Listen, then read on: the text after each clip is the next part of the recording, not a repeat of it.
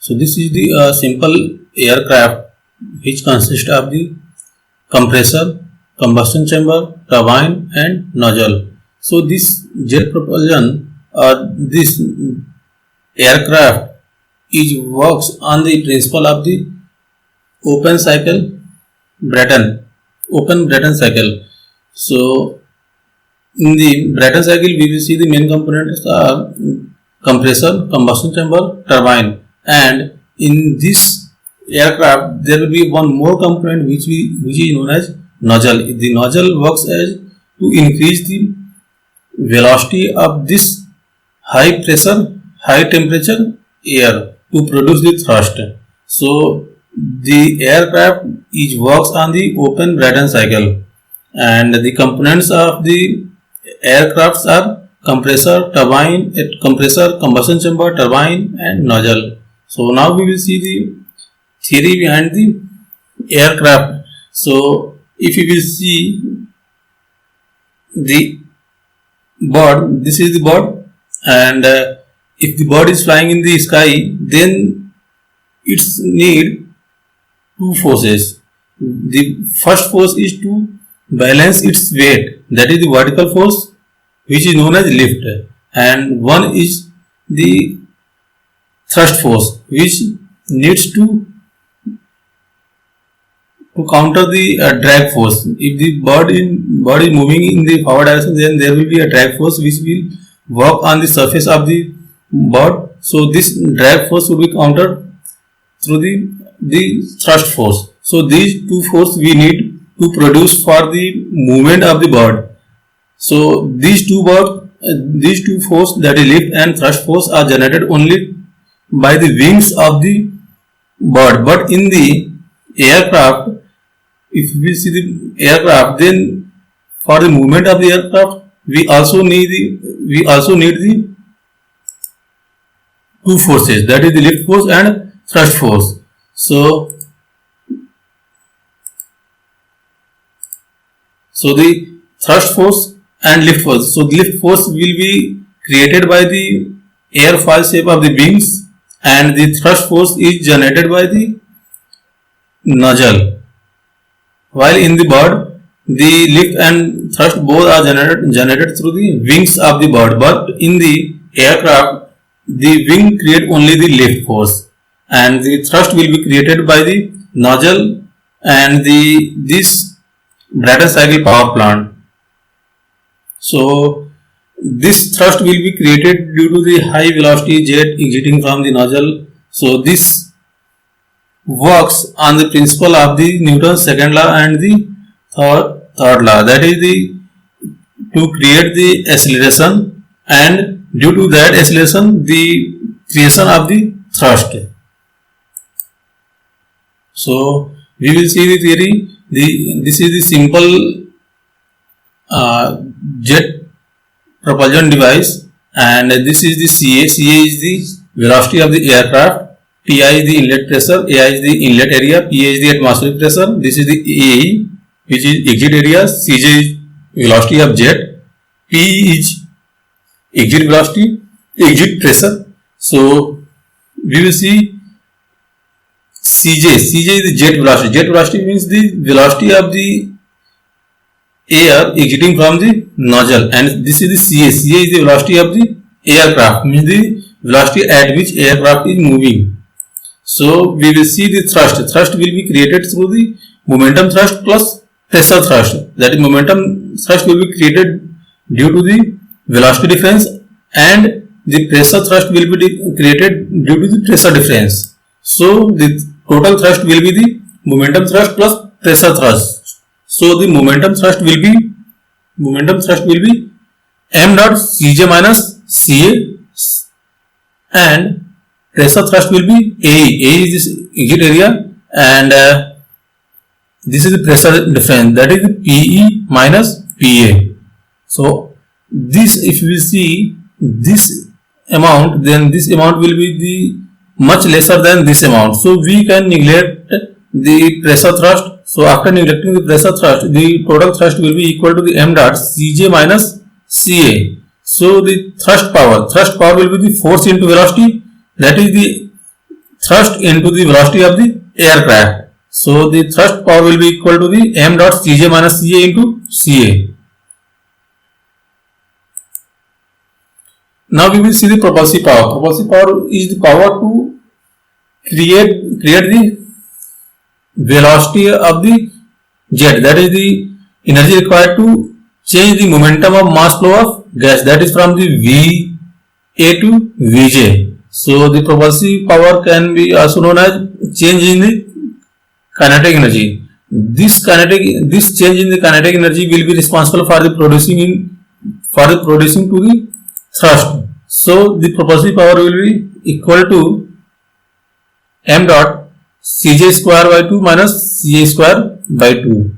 So propulsive efficiency will be output upon input. That is output. What is our output? Output is the thrust power and input is the propulsive power. So the propulsive efficiency will be equal to the thrust power upon propulsive power. So after putting the value of the thrust power and propulsive power, we will see the m dot and m dot will be getting cancelled out, and we can expand this term, that is the Cj minus Ca into Cj plus Ca. So Cj minus Ca will be cancelled out, and this will be equal to 2Ca upon Cj plus Ca, and after rearrangement this will be equal to 2 upon 1 plus Cj upon Ca. So the propulsive efficiency will be the function of only aircraft velocity and jet velocity, that is Cj upon Ca. So if this value, that is the aircraft value, will increase, then this term will decrease. So the whole denominator will decrease. So the value of the propulsive efficiency will increase. That is, if the aircraft velocity is increasing, then the propulsive efficiency will increase, and if the jet velocity is increasing, then the propulsive efficiency will decrease. So now we can see, in ideal case, if the Ca, that is the aircraft velocity, is equal to the jet velocity, that is this term will be equal to 1, that is 1 plus 1 is equal to 2, that is 2 by 2 equal to 1. So if the aircraft velocity will be equal to Cj, or if aircraft velocity is approaching this velocity of the jet, then the propulsive efficiency will be equal to 100%. And if the aircraft is in stationary condition, that is the Ca is equal to the 0. So this term will be 0, then this will be the infinity, then the whole term will be infinity, and the propulsive efficiency will be equal to the 0%. Now we will see the thermal efficiency. Thermal efficiency will be the supply of the heat, and this heat will create the kinetic energy. So the output will be the kinetic energy and input is heat supply. So thermal efficiency will be the kinetic energy available upon the heat supply. So the kinetic energy, what will be the kinetic change in the kinetic energy? That is the half of m dot Cj square minus J square upon heat supply. Heat supply will be equal to the calorific value of the fuel into the mass flow rate of the fuel. That is the m dot F into the calorific value of the fuel. So the overall efficiency will be equal to the thermal efficiency into the propulsive efficiency. And specific fuel consumption. Specific fuel consumption means the fuel consumption per unit of the thrust. And if we will divide by mass flow rate of air, then we will see the mf by ma upon thrust by ma.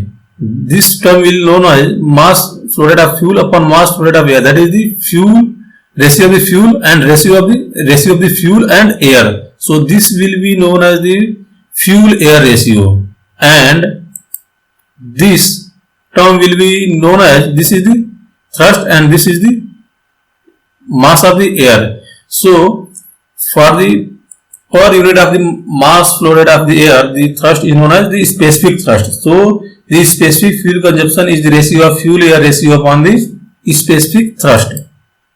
Now we will see the classification of the jet propulsion engines. So the jet propulsion equation is broadly divided into the two parts. The first one is the air breathing engine and second one is the non-air breathing engine.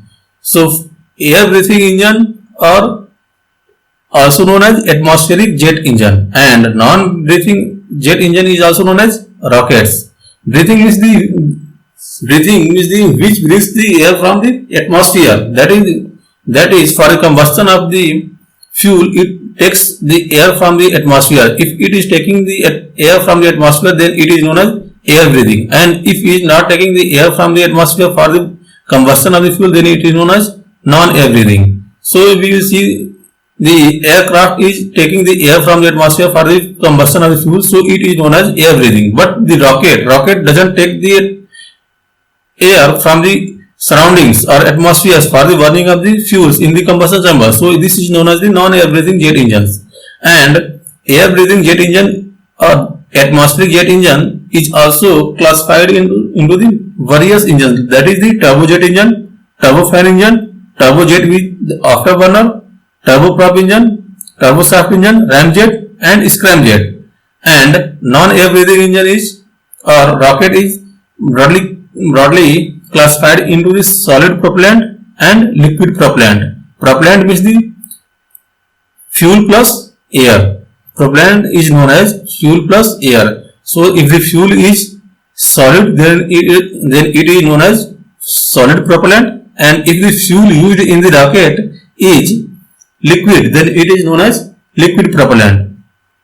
And this solid propellant is also classified into the two parts, that is the restricted burning and second one is unrestricted burning. And liquid propellant is also divided into the two parts. First one is the pressure feed system and second one is the pump. Now we see turbojet engine. Turbojet engine is a simple jet engine which consists of compressor, turbine,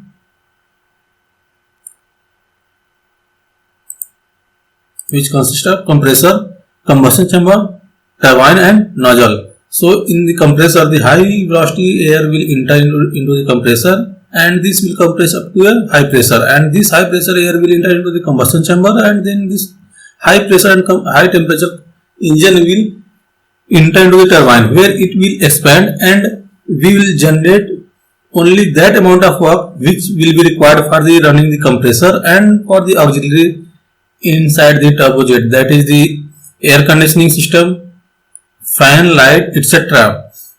Because here our target is not to generate a power.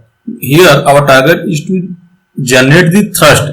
So we will generate only that amount of the power from the turbine which will be responsible for the rotation of the compressor and for the fan, light and air conditioning, etc. inside the aircraft. So after the expansion till a certain pressure inside the turbine, the air will enter into the nozzle where its velocity will increase, and due to this velocity difference there will be a thrust generation which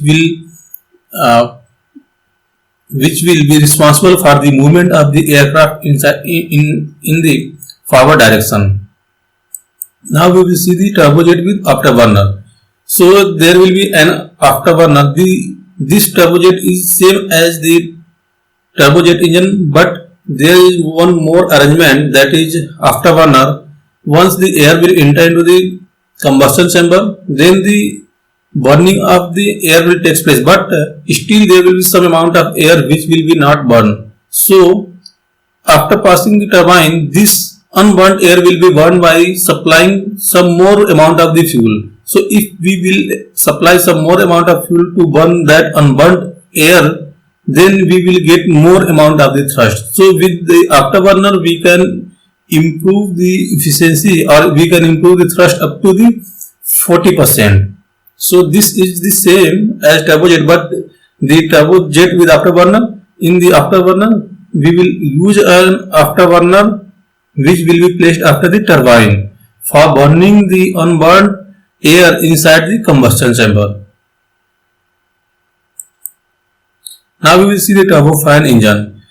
The turbofan engine, in the turbofan engine there will be one fan in front of the aircraft. In the turbojet engine there was no any fan, so the whole thrust was generating only at the nozzle exit. But here one fan is attached in front of the turbojet, so some amount of the thrust will be also generated by this fan, and this fan will be rotated by the turbine. So the turbine work will be for the rotation of the fan, rotation of the compressor, and for the auxiliary inside the turbojet. So the total thrust will be equal to the thrust generated by the fan and thrust generated by the nozzle. So if you will see the air which is entering inside the fan, some amount of the air after fan is entering into the compressor and some amount is going outside the compressor or surrounding the aircraft. So which will enter into the compressor will go into the combustion chamber and turbine, and its temperature and pressure will increase. So this will be hot flue gas, and the air which will after passing through the fan will move surrounding the compressor, which will go outside the this power system will not be heated, and this will be as remains cold. So this is known as the cold thrust. So the thrust generated by this air is known as the cold thrust, and the thrust generated by this air is known as the hot thrust. So the total thrust will be equal to the hot thrust plus cold thrust. And we can see the velocity of this air will be lesser than the velocity in the turbojet engine. So if the velocity of this air inside the nozzle is less than in comparison to the turbojet engine, so the noise will be reduced inside the turbofan engine. So this is the benefit of the turbofan engine. We can reduce the noise of the aircraft because we are generating some amount of the thrust through the fan. So here the requirement of the thrust will reduce, so the requirement of the velocity will also reduce. So the noise will also reduce. So this will be less noisy than the turbojet engine. So turbofan is less noisy than turbojet engine. Now we will see the turboprop engine. In the turboprop engine, there will be a propeller inside in front of the aircraft. So the work of the propeller is also producing some amount of the thrust. But the main difference between the propeller and the fan is the size of this propeller is higher than the fan. So this will consume more amount of the air, and this will be slightly bulky, and this will produce more thrust at the propeller, and the thrust generated at the nozzle will be lesser than the thrust generated in the turbofan engine. So this propeller is connected with the gear arrangement to the turbine, and this turbine will run the propeller and compressor. So the total thrust will be generated by this propeller and the nozzle.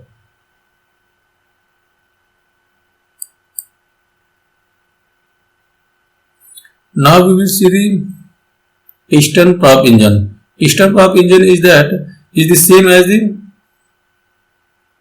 that turboprop engine. In the turboprop engine and piston prop engine is the main difference is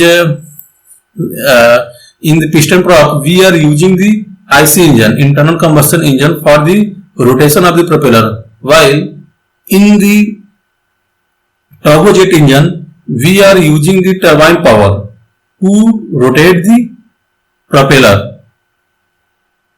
You can see this propeller is connected at the crankshaft, and crankshaft is connected through the piston and crank of all the cylinder. So this is the piston prop engine.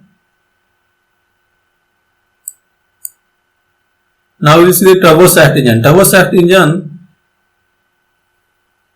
In the turboshaft engine, there will be a propeller which will be connected through the gearbox to the turbine. So turbine will rotate this propeller, and this propeller will be responsible for the movement of the helicopter. Means in the turbojet engine, the aircraft is flying in the turbojet is flying by the thrust created by the nozzle and lift created by the wings. But in the helicopter, the thrust and the lift both will be created by this propeller, and this propeller will be run by this turbine, and there will be no lift creation by the wings, because there will be no wings on the helicopter. So both the forces which are requirement for the movement of the or requirement for the flying of the helicopter, that is lift and thrust, will be created through this turboshaft.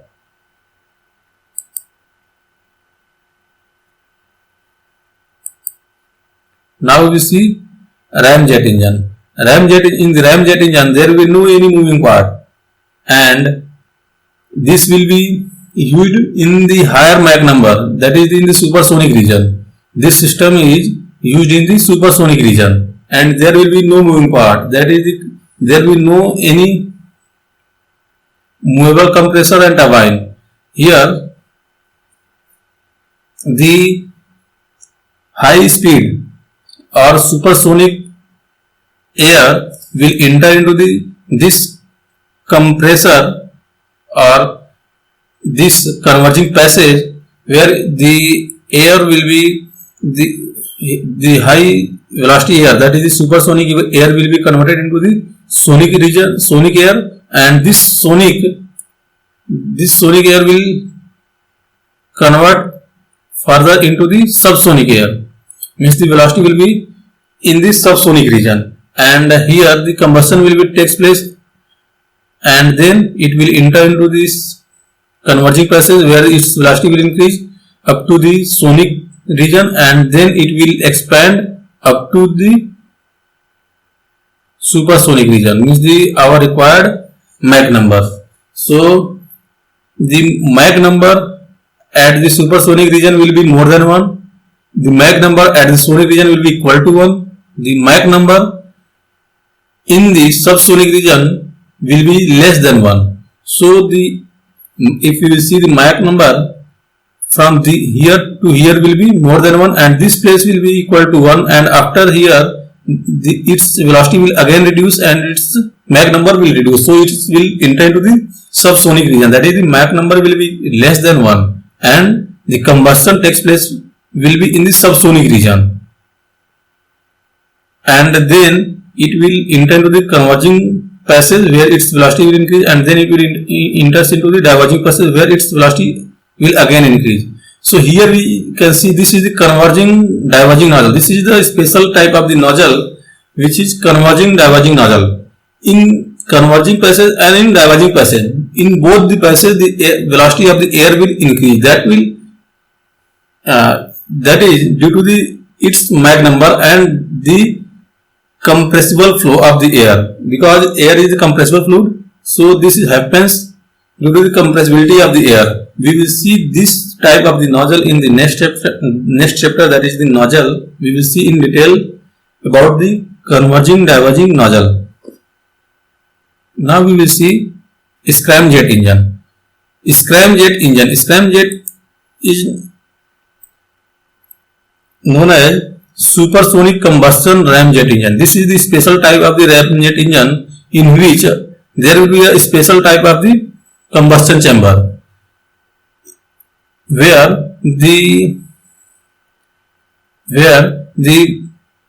velocity of the air will be more than the velocity of sound, that is the Mach number inside the combustion chamber will be more than 1. Here we are converting from the supersonic to subsonic, and the combustion takes place in the subsonic region, but here the combustion takes place in the supersonic region. So we don't need to convert the supersonic air into the subsonic air for the combustion, because this is the special type of the combustion chamber where we can burn the fuel also in the supersonic region. So the first air will enter into this converging process, where its velocity will reduce and pressure will increase, that is its work as compressor, and compressed air will enter into this combustion chamber, and where the fuel will burn and its velocity its temperature and velocity will increase, and then it will enter into this diverging portion, that is in the nozzle, where again it will expand and its velocity will increase up to a certain Mach number, that is from 2 to 3 or 2 to 4, 5, and the thrust will create, which will be responsible for the movement of this jet engine. Now we will see the efficiency relation of the different jet engines. So if you will see the thrust is the function of the mass flow rate and the difference of the Cj minus Ca. So if the Cj, that is the jet velocity, will increase, the thrust will increase. So if the Cj will increase, then this amount will be increase, and so the efficiency of the propulsive efficiency of the jet engine will decrease. So for higher thrust, the propulsive efficiency will decrease. So if you will see the ramjet engine, so ramjet engine works in the supersonic region, and if you will see the piston prop engine, turboprop engine, turbofan engine, it works in the subsonic region. So if it will run in the subsonic region, so then its velocity of the jet will be lesser. So if its velocity of the jet will be lesser, so this term will be lesser, so the efficiency will be higher. But in the ramjet engine, it works in the supersonic region. So its jet velocity will be higher. So if the jet velocity will be higher, so its propulsive efficiency will be lesser. But if you will see the relation of the efficiency with respect to velocity, then we will find that the up to the 190 meter per second, that is in the subsonic region, we will see the efficiency of the reciprocating engine is higher. Reciprocating engine is higher, and turbojet engine is in between the reciprocating and the rocket, and the rocket engine has lowest efficiency. But as the speed increases, or we move from subsonic to supersonic region, that is in higher speed zone, then the efficiency of rocket will increases significantly, and there will be a huge drop in the efficiency of the reciprocating engine and slight decrease in the efficiency of the turbojet engine, but there will be increase in the efficiency of the rocket. Now we will see one problem. An aircraft flying at a speed of 600 km per hour is propelled by a jet leaving the nozzle at a speed of 300 meter per second. The propulsive efficiency is. So we have to find the propulsive efficiency of this aircraft. So we can get from the given information that the aircraft velocity is 600 km per hour. That is the Ca is 600 km per hour, and propelled jet velocity, that is the jet velocity, is 300 meter per second. So for calculating the propulsive efficiency, we have to convert the velocity of the aircraft and velocity of the jet into the same unit. So we will convert the aircraft velocity from kilometer per hour to the meter per second. That will be equal to the 166.6 meter per second, and Cj, that is the jet velocity, will be 300 meter per second. So the propulsive efficiency will be 2Ca upon Cj plus Ca, that will be equal to the 0.71, that is the 71%. So the propulsive efficiency of this aircraft will be 71%. Now we will see the rocket. Rocket or non-air breathing jets, that is it doesn't take air for the combustion of the fuel from the atmosphere or from the surrounding the rockets. Since rockets fly at higher altitude, so if you will go at a higher altitude, then the percentage of the air into the atmosphere will decrease, and after certain height there will be no air into the atmosphere. So there will be no air or no oxygen for the burning of the fuel. So the rocket will be not functioning. So for the functioning of the rocket at high altitude, that is in the vacuum where there is no any air availability, we have to store the oxygen inside the rocket. So we can see the main parts of the rocket. The main parts of the rockets are nozzle, pump, oxidizer, frame and fuel. Fuel for the burning and increasing temperature of the air to create the thrust, and oxidizer is responsible for burning the fuel, and this is the pump for flowing the fuel from tank to the combustion chamber, and this is nozzle for increasing velocity, and this is the fin is used for reducing the temperature or for heat transfer of the wings, and this is the nose, and this is the payload system. Payload system means the for which the rocket is used to set this load into the orbit of any in orbit of this Earth. So we will see the theory of the rockets. So the theory of rockets, since it doesn't utilizes the atmospheric air, so it will be independent of the atmospheric air velocity, that is it will be independent of the velocity of the rockets, and here this is the V or C is equal to the jet velocity, that is the, and m dot is the mass flow rate of the jet, that is the mass flow rate of the air, P is the exit pressure and A is the exit area, and P is the atmospheric pressure, and fuel and oxidizer, there is the fuel and oxidizer which will be burned inside the combustion chamber to increase the velocity and temperature and velocity of the air.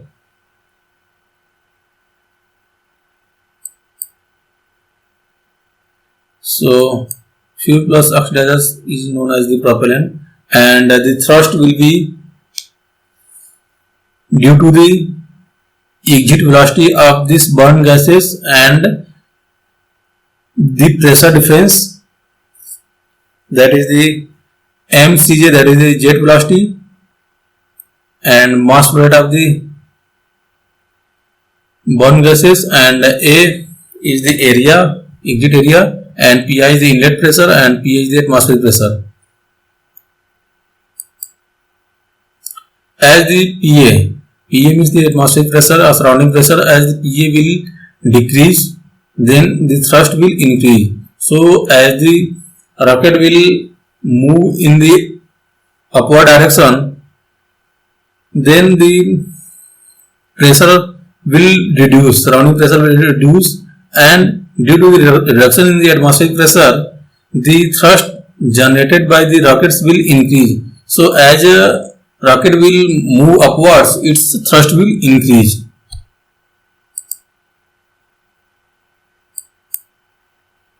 And the thrust may be also expressed as T is equal to m into effective jet velocity, that is the effective jet velocity is CJE. So if we will compare the equation 1 and equation 2, then we will find that mCj plus A into Pi minus Pa is equal to m into Cj minus Ce.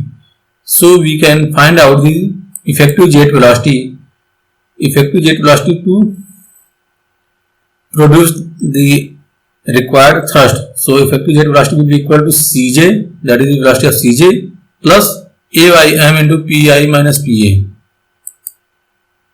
Now thrust power will be equal to the thrust into the velocity. Which velocity? Velocity of the aircraft, velocity of the rocket or flight velocity. So the thrust power will be equal to the thrust into the flight velocity. So the thrust power will be equal to T into Ca, that is the m into Cje. This is the thrust and this is the flight velocity Ca. So thrust power will be equal to the m Cje into Va. Now we will see the propulsive efficiency of the rocket. So the propulsive efficiency of the rocket will be equal to the thrust power upon the thrust power plus losses in the kinetic energy.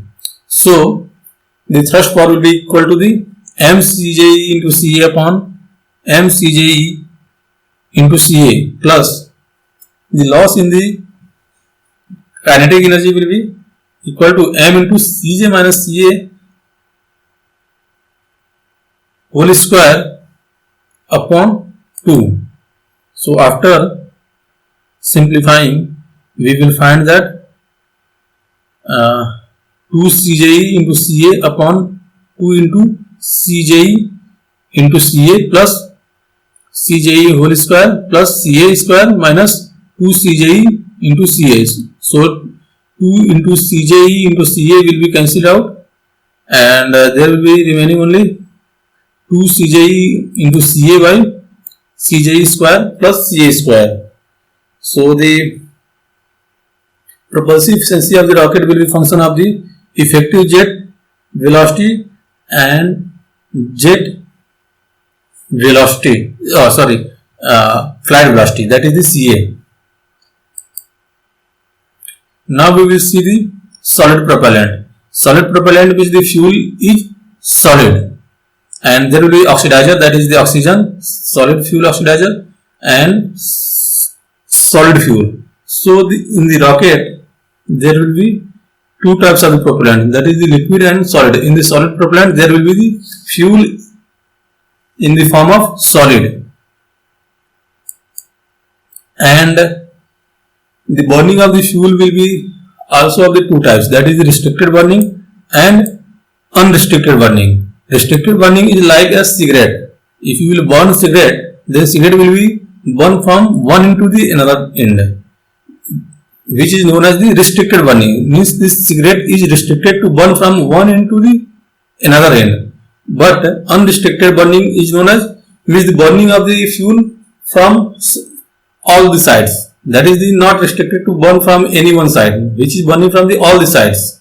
So if you will see the restricted burning will burn till the long time, because it's burning from the only one side, so it will burn till a long time, but the thrust will be generated or power will be generated will be less. So the restricted burning is used for the long time and for producing the less power. And unrestricted burning since it's burning from all the sides, so it will burn quickly and it will generate more power. So the unrestricted burning is used for the short time and for generating the more power.